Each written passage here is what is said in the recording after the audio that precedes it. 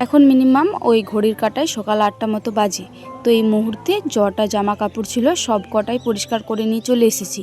তো আজকে আর কাপড়টা চেঞ্জ করিনি, কারণ আজকেও ভাবছি স্নান করে পরেই রান্নাটা চাপাবো। কারণ আজকে ওই পুচকু সোনাকে একবার কলে নেব। আর এখন তো পুচকু সোনা যেহেতু মানে একটু ছুতের মধ্যেই রয়েছে, 21 দিন না পেরোলে ওকে কলে নিতে পাবো না। আমি জানি যে স্নান করে একটু দেরি হয়ে যাবে, কারণ স্নান করতে গেলে তো একটু মিনিমাম ওই আধ ঘন্টা মতো দেরি হবেই। আবার যদি দুবারে দিই, মাথায় যদি চানারি করি, তো স্নান করতে দেরি হলেও আমার কিছু করার নেই, কারণ কালকের থেকে এসে থেকেই আমার নুসফুস করছে ওকে নেওয়ার জন্য।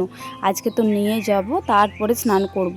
তো যাই হোক, এই যে সোনামায়ের পাপার কটা মতো ছিল আর সোনামায়ের কটা মতো ছিল, আজকে বেশি কিছু থাকেনি। তো সেই কারণে যে নিচের তাড়াটি ফাঁকা ছিল দেখলাম, এইখানেই মিলে দিলাম। চলুন পুচকু সোনাকে নিয়ে স্নানটা সেরে চলে আসি। এই যে এই মুহূর্তে মিনিমাম ওই 9:30 মতো বাজছে। তো স্নান করে চলে এসেছি। তো পুচকু সোনাকে একটু নিয়ে ঘাটাঘাটি করছিলাম, তারপরে স্নান করে চলে এসেছি। আর এই যে এসে পরে বেগনি করছি। এখনও পর্যন্ত ভাত চাপাইনি, এখনও টেনশন হচ্ছে যে আমি কী করে রান্নাটা কমপ্লিট করব। আবার দিদিভাইকে টাইম খেতে তো দিতে হবে, তাই না? তো সেই কারণে একটু বেশি টেনশন হচ্ছে। আর আজকে দিদিভাইদের বাপের বাড়ি থেকে হয়তো পোদ ভাত বা চড়া ভাত কিছু একটা নিয়ম আছে। তো সেই কারণে দাদুভাই এসেছে। তো দাদুভাই বলছিল যে আমি মুড়ি খেয়েই চলে যাব। তো বললাম আমাকে শুধু মুড়িই দিয়ে দাও, শুধু মুড়ি কি আর দেওয়া যায়? তো সেই কারণে এই যে এটা অবশ্য আমাদের প্রতিদিনের ডেলি রুটিন হয়ে গিয়েছে। কটা মতো বেগনি করলাম। যাই হোক, এই মুহূর্তে মিনিমাম ওই 10:30 মতো বাজবে। তো ভাতও হয়ে গিয়েছে। আর আজকে না আর একটা ভুল করে ফেলেছি জানেন তো, ওইটা না হয় একটু পরে বলছি। তার আগে এই যে দিদিভাইয়ের জন্য পেঁপে ছেঁচকি হবে, তো সেই কারণে ওটা সেদ্ধ করতে বসাচ্ছি। অল্প পরিমাণে নুন, হলুদ আর অল্প পরিমাণে মিষ্টি দিয়ে দিলাম।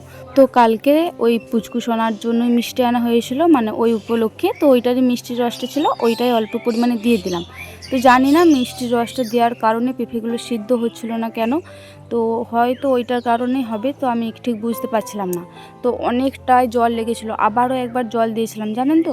ওই 2-3 বার জল দেওয়ার পরে যাই হোক ভালোভাবে সেদ্ধ হয়েছে। সেদ্ধ করে নামিয়ে রেখেছি। এরপরে এগুলো ভালো করে ভেজে নেব। তো অনেকটাই আমার তেল হয়ে গিয়েছে, বুঝতে পারিনি যে এতটা তেল লাগবে না। তো মা বলছিল যে খেতি এতটা তেল দিয়েছিস। আমি বললাম মা আমি বুঝতে পারিনি, অনেক দিন এই ছেচকি আরে অতটা করি নাই তো। তো আজকে হঠাৎ করছি, সেই কারণে অতটা বুঝতে পারিনি। তো একটু বেশি পরিমাণে হয়ে গিয়েছে। আর দিদিভাইয়ের পক্ষে তো এটা ক্ষতি, কারণ দিদিভাইয়ের তো এখন তেল মশলা নুন হলুদ অতটা খাওয়া চলবে না। তো যাই হোক একটু ভুল হয়ে গিয়েছে, এর পরের দিন থেকে হয়তো আর এটা হবে না। তো এই যে ভালো করে ভেজে নিয়েছি এই পিঠ ওই পিঠ করে, এরপরে নামিয়ে রেখে দেবো। তো দাঁড়ান, সোনাম আবার ওইদিকে উঠে পড়েছি, ওকে খাবারটা খাইয়ে দিয়ে আসি, তারপরে না হয় আলু পোস্তটা চাপাবো। এই যে সোনামাকে খাবার খাইয়েও চলে এসেছি। ফড়ঙের মধ্যে দিলাম অল্প পরিমাণে জিরে, আর ওই 2-3টে মতো ওই শুকনো লঙ্কা ফোড়ন। শুকনো লঙ্কা বলা ভুল হবে, ওই কাঁচা লঙ্কারই পাকা যে হয়ে গিয়েছিল, ওই পাকা লঙ্কাগুলো দিয়ে দিয়েছি। আর আজকে তেলটা বললাম না, আজকে দিদিভাইদের পোদ ভাত রয়েছে। তো দিদিভাইয়ের ওই বাপের বাড়ির থেকেই তেলও পাঠিয়েছে। তো এই সর্ষের তেলটা মনে হচ্ছে একদম খাঁটি সরিষার তেল। কি সুন্দর হলুদ হলুদ লাগছে দেখুন। আর আজকের পোস্তটা এত সুন্দর টেস্ট লাগছিল না কেন আমি জানি না, পুরো সে বিয়ে ঘরের মতো লাগছিল, অনুষ্ঠান বাড়ির মতো। যাই হোক অল্প পরিমাণে নুনও দিয়ে দিয়েছি। নুন দিয়ে এরপরে ভালো করে নাড়াচাড়া করি। আর এখন শরীরটা এতটাই ক্লান্ত লাগছে কি আর বলবো। ওই যে দিদিভাইয়ের স্বাদের আগের দিন থেকে সেই যে আমার পরিশ্রম চলছে, এখনও অবধি কোনো পরিশ্রমে আমার ঘাটতি নেই কিন্তু। তো এই যে ভালো করে ভাজা হয়ে গিয়েছে, এরপরে তোলাতে লেগে যাচ্ছিলো, আর ভাজবো না, নাহলে একদম পুড়ে যাবে। তো এই যে এই মুহূর্তে জলও দিয়ে দিলাম, একটু বেশি করেই দিই যাতে আলুগুলো সেদ্ধ হবে। আর আলু পোস্তটা ঢাকা দিয়ে দিই, ততক্ষণকে না হয় আলুগুলো সেদ্ধ হোক, ততক্ষণকে আমি ভাতের হাঁড়িটা সোজা করি। কারণ আজকে বললাম না একটা ভুল হয়ে গিয়েছে। ভুল বলতে আজকে দিদিভাইয়ের বাপের বাড়ি থেকে মিনিকেট চাল এসেছে, আর আমি সত্যি কথা বলতে এই চালের ভাত কোনোদিনও করিনি। তো সেই কারণে আমার আন্দাজও নেই যে এই চালের ভাত বাড়ে বা কমে। তো আমি মাসিমণিকে আরে শুধাচ্ছিলাম, তো মাসিমণি আরে বলছি খুব একটা বেশি বাড়ে না। তো সেই কারণে আমি আমাদের বাড়িতে যেমন চাল নিয়ে থাকি, আর আজকে 2-3জন একটু বেশি রয়েছে, তো সেই কারণে 2.5 পাই মতো চাল নিয়েছি। আমাদের বাড়িতে এমনি সাধারণত 2 পাই মতো নিয়ে থাকি। তো আজকে ওই 2-1টা লোক বেশি রয়েছে, আবার দেখলাম যদি রাত্রেবেলায় কেউ খেয়ে থাকে, তো সেই কারণে 2.5 পাই চাল নিয়েছি। আমি জানি না যে এই চালের ভাত এতটা পরিমাণে বাড়ে। আপনারা তো আগেও দেখেছেন আমাদের হাঁড়িতে কতগুলো পরিমাণে ভাত হয় মিনিমাম ওই আধ হাঁড়ি মতো হয়। আজকে দেখছি একদম চুর চুর হয়ে গিয়েছে। ভাতটা যখন ফুটছিল আমি তখনই তো ভেবে অবাক। তো মা বলছে যে খেপি ডাঁটো রয়েছে কি ভাতটা? মা ওইদিকে পোস্তটা বাড়ছে। তাই মাকে বললাম যে না মা, ডাঁটো নেই, তবে একদম ঠিকঠাকই হয়েছে। তবে কতগুলো ভাত হয়েছে দেখো। আর আমার সত্যি কথা বলতে এই চালের ভাত খেতে প্রচণ্ড পরিমাণে ভালো লাগে। এইরকম ফড়ফড়ে ভাত অথচ শক্ত নয়, খেতে দারুণ লাগে। আর আমাদের বাড়িরও সকলেই কিন্তু এই ভাতের চাল পছন্দ করে। কিন্তু আমার এতটাই ভুল হয়ে গিয়েছে যে অনেকগুলোই ভাত হয়ে গিয়েছে। আর যেহেতু কালকে দিদির 5 দিন, কারণে কালকে তো আমাদেরকে মানে নখ খুঁটাতে হবে। তো আর এই ভাতগুলোও রাখা যাবে না, না হলে ভাতগুলো রেখে পরে সবাই ওই জলখাকে বেলাতে 10টার মধ্যে খেয়ে নিত। এটা বলতে কোনো লজ্জা নেই, কারণ আমি, দিদি ভাই, বাবা সকলেই কিন্তু পান্তা ভাতটা খুব পছন্দ করি। তো সেই কারণে আমাদের পান্তা ভাত খেতে খুব একটা অসুবিধা হতো না। আবার এই চালের তো আরোই, তো কি আর করা যাবে, শুধু শুধু নষ্টই হবে। আমার তো খুবই খারাপ লাগছিল জানেন তো। তো দাঁড়ান, দুটো থালায় করে ভালোভাবে বার করে নিলাম, নাহলে এক জায়গায় যদি অনেকগুলো ভাত থাকে একটু আতালা আতালি হয়ে যাবে। তো তো যাই হোক, ওই একটা থালা আর হাঁড়িটা প্রথমে ঢুকিয়ে দিয়ে আসি, তারপরে না হয় এইটা নিয়ে যাব। একসাথে তো আর অত পারবো না, তাও গরম গরম লাগছিল। তো দাঁড়ান দেখি পোস্তটা আবার সেদ্ধ হলো নাকি। তো এই যে অনেকটাই জলটা কমে গিয়েছে। এরপরে দাঁড়ান একটু খুন্তি করে দেখি সেদ্ধ হয়েছে নাকি। তো খুন্তি করে একটু দেখলাম, খুব একটা যে ভালো হয়েছে তা নয়, আর খুব যে হয়নি তাও নয়। তো দাঁড়ান কটা মতো আলু মেরে নেওয়ার মতো হয়েছে। তো ওই গ্লাসের পেছনে করেই একটু ভালো করে ম্যাশ করে নিই। কথা বলতে আজকে এতটা পরিমাণে গরম ছিল, আর সকাল থেকে সব কিছু সামলানো, আবার এই রান্না বান্না পুরো কমপ্লিট করা আমার পক্ষে মানে একটা অসহ্যকর ব্যাপার হয়ে যাচ্ছিল। সত্যি কথা বলতে ওই যে দিদির স্বাদের আগের দিন থেকেই তো আমাকে সবটা সামলাতে হচ্ছে একা হাতে। তো সব কিছু সহ্য করতে করতে না সয়ে গেছি। তো যে কোনো কাজ বা একটা দুটো মানুষের ব্যবহারও দেখবেন, একটা দুটো মানুষ যদি আপনার সাথে প্রথম থেকে ভালো ব্যবহার করে, আবার শেষের দিকে যদি খারাপ ব্যবহার করতে থাকে না, তাহলে ওই ব্যবহারটা আপনার সহ্য হয়ে যায়। যে কোনো মানুষের ব্যবহারই যেমন ব্যবহার করবে তেমন সহ্য হয়ে যাবে। আর সেই রকম কাজগুলো যদি মিনিমাম ওই 10-15 দিন একটা কাজই করেন, তাহলে ওই কাজটা ঠিক সহ্য হয়ে যায়। সেই রকম আমারও এখন মানে এগুলো সব অভ্যাস হয়ে গিয়েছে, আর অতটা কষ্ট লাগে না। তবে আজকে একটু বেশি পরিমাণে গরম করছে, তো সেই কারণে একটু কষ্ট লাগছে।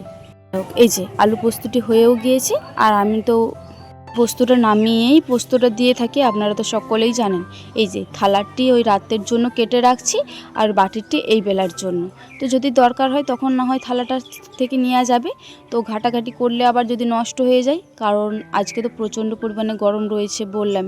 পোস্তটা তো আজাড়ে নিয়েছি, তার আগে এই কড়াইটিতে ভালো করে জল দিয়ে দিই। ওই ধারে যে পোস্তগুলি লেগে রয়েছে ওগুলো ভালো করে পরিষ্কার করা যাবে না। তো চলুন পোস্তগুলি ঘরে রেখে দিয়ে চলে আসি। তো এই যে এই মুহূর্তে মিনিমাম ওই 12টা মতো বেজে গিয়েছে। এই মাত্র ডালটা সবে মাত্র চাপালাম। তো এই ভিডিও ক্লিপটা আর নিতে পারিনি, কারণ তাড়াতাড়ির মধ্যেই চাপিয়ে পড়ে সোনামাকে ঘুম পাড়াতে গিয়েছিলাম। সোনামা সবে মাত্র স্নান করলো, মা স্নান করে দিয়ে চলে গিয়েছে, তোকে ঘুম পাড়িয়ে দিয়ে এলাম।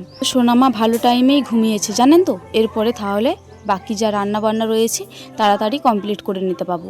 এই যে ডালটা চাপিয়ে দিয়েছিলাম, ফুটেও চলে এসেছে।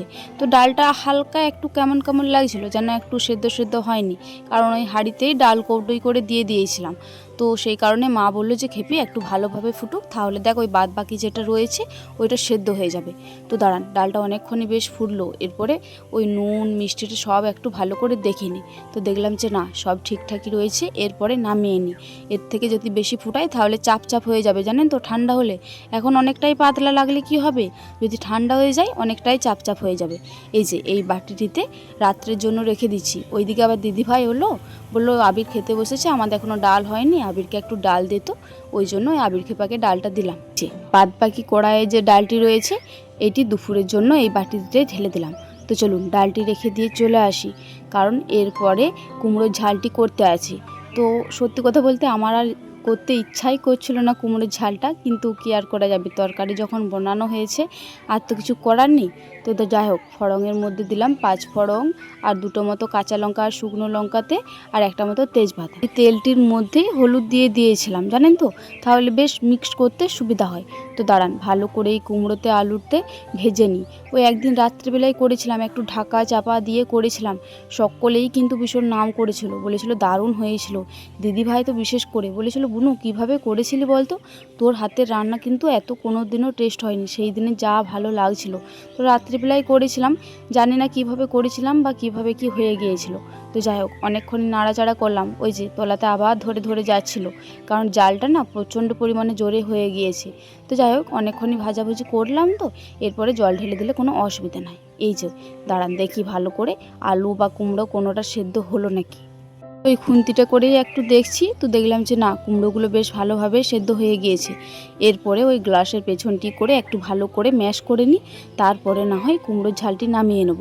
কারণ জলটা অনেকটাই রয়েছে আর আলুগুলিও একটু মনে হচ্ছে সেদ্ধটা কম রয়েছে। তো সেই কারণে একটু করে ম্যাশ করছি। আর দাঁড়ান, একটু ভালো করে ঢাকা চাপা দিয়ে না সেদ্ধটা করে নিই, তাহলে আলুটা সেদ্ধও হয়ে যাবে আর ওই যে জলটি রয়েছে ওই জলটিও যাবে। সেই দিনে না এইভাবেই করেছিলাম, এই ঢাকা চাপা দিয়ে, খুব একটা বেশি জল দিইনি জানেন তো। তো সেই কারণেই হয়তো বেশি টেস্ট লাগছিল। তো যাই হোক, কুমড়োর ঝালটা পুরোটাই একদম মাখো মাখো মতো হয়ে গিয়েছে। এরপরে এটা নামিয়ে নিই, কারণ এখনও পর্যন্ত কাল্লা ভাজাটা করতে রয়েছে। এরপরে কাল্লা ভাজাটা করলেই কমপ্লিট হয়ে যাবে। এখন মিনিমাম ওই 1টা মতো বেজে গিয়েছে, এখনও পর্যন্ত সোনামা ঘুমোচ্ছে। তো কাল্লা ভাজাটা করি, তারপরে না হয় ওকে তুলে নেব। যাই হোক দাঁড়ান, কাল্লা ভাজাটিতে অল্প পরিমাণে নুন, হলুদ আর অল্প পরিমাণে জল দিয়ে সেদ্ধ করতে বসিয়ে দিই। তো আজকের ভিডিওটি আমার এই পর্যন্তই, আবারও দেখা হবে পরবর্তী কোনো ভিডিওতে। ততক্ষণে সকলে খুব ভালো থাকবেন আর সুস্থ থাকবেন। আর আজকের ভিডিওটি ভালো লেগে থাকলে একটি লাইক, কমেন্ট, শেয়ার আর সাবস্ক্রাইব করে আমার এই ছোট্ট চ্যানেলটির পাশে থাকবেন।